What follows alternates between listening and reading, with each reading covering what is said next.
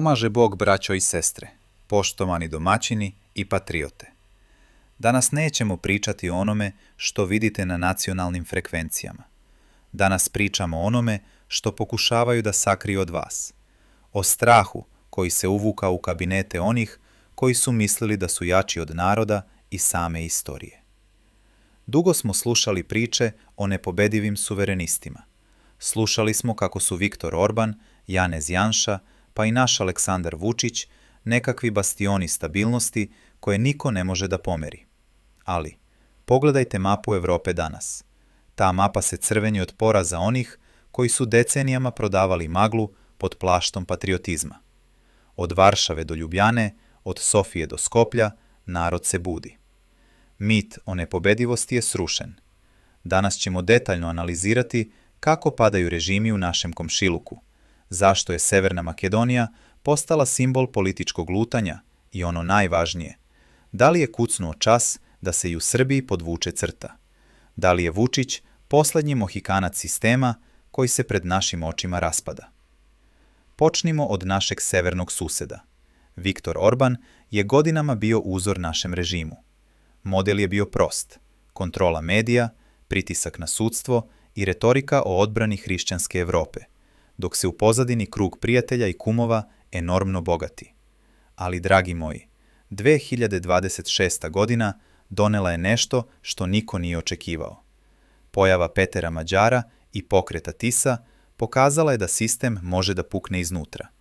Mađar nije došao s polja, on je bio deo tog sistema, video je korupciju izbliza i odlučio da progovori. Danas, prvi put posle 14 godina, ankete u Mađarskoj pokazuju da Fides gubi tlo pod nogama.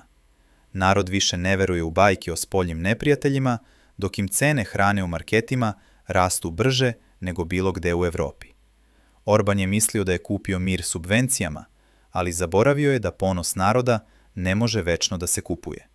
Ako Mađarska, koja je bila kolevka ovog stila vladavine, okrene leđa Orbanu, šta mislite koliko će trajati njegovi prepisivači na Balkanu? A sada pogledajmo ka jugu. Makedonija.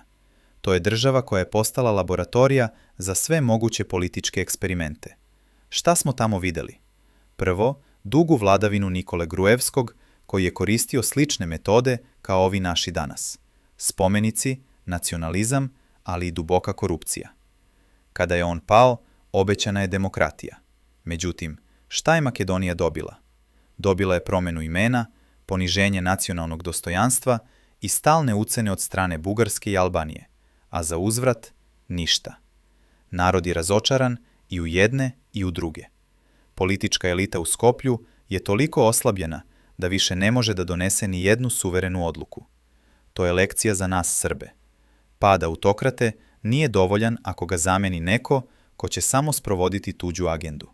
U Makedoniji vidimo da su i patriote i evropejci podbacili jer su radili za svoj džep, a ne za državu. Danas je Makedonija duboko podeljena, ekonomski iscrpljena i pod stalnim pritiskom suseda koji joj negiraju identitet. To je scenario koji čeka Srbiju ako ne budemo pametni. Da nakon Vučića ne dobijemo nekog novog poverenika koji će završiti predaju Kosova i Metohije uz osmeh i aplauz stranih ambasada. Idemo dalje kroz Evropu. Setite se Poljske. Partija Pravo i pravda, PiS, je izgledala kao granit. Kontrolisali su sve, od televizije do sudova. I šta se desilo? Na izborima krajem 2023. godine, uprkos svom inženjeringu, narod ih je poslao u opoziciju. Poljaci su shvatili da se patriotizam ne sipa u traktore i da stalni sukobi sa svima ne donose bolji život. U Češkoj je Andrej Babiš, tajkun koji je državu vodio kao firmu, takođe morao da se povuče. U Sloveniji, Janez Janša, čovek koji je pokušao da kopira mađarski model u srcu Alpa, poražen je od strane pokreta koji je obećao povratak normalnosti. Šta je zajedničko svim ovim primerima? I sada, braćo moja, dolazimo do onoga što nas najviše boli. Naša Srbija.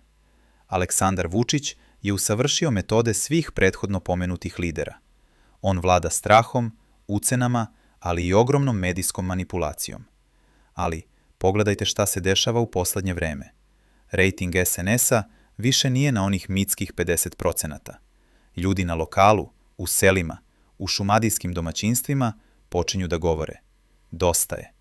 Nije to više samo beogradski krug dvojke. To su ljudi kojima je dosta da im se preti otkazom ako ne odu na miting. To su ljudi koji vide da su cene mesa, ulja i goriva u Srbiji veće nego u Nemačkoj, dok su plate 3 puta manje. A šta je sa nacionalnim interesima? Kao patriota pitam, gde je naša vojska na Kosovu? Zašto nam se pred očima sprovodi tiha kapitulacija, dok se mi zamajavamo nekakvim stadionima i ekspo projektima? Vučić je oslabljen. Njegovi saveznici u Evropi padaju. Orban je zauzet sopstvenim preživljavanjem.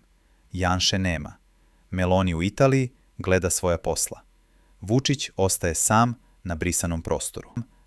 On sada pokušava da kupi vreme litijumom.